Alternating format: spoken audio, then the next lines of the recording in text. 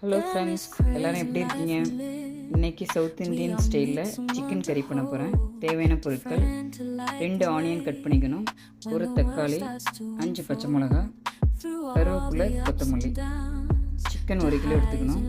இது மிளகாத்தூள் 3 ஸ்பூன், மல்லித்தூள் 4 ஸ்பூன், உப்பு, மஞ்சத்தூள், பட்டை கிராம்பு, இஞ்சி பூண்டு, தாளிக்கிறதுக்கு சோம்பு.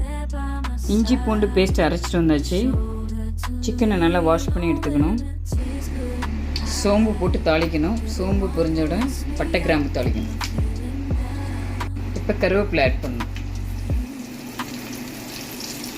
கருவேப்பிலைக்கு பிறகு பச்சை மிளகாய் ஆட் பண்ணணும். வெங்காயம் நல்லா வதக்கணும். நல்லா வதங்கினா தான் டேஸ்ட்டாக இருக்கும் கறி. வெங்காயம் நல்லா வதங்கின பிறகு தக்காளி ஆட் பண்ணணும்.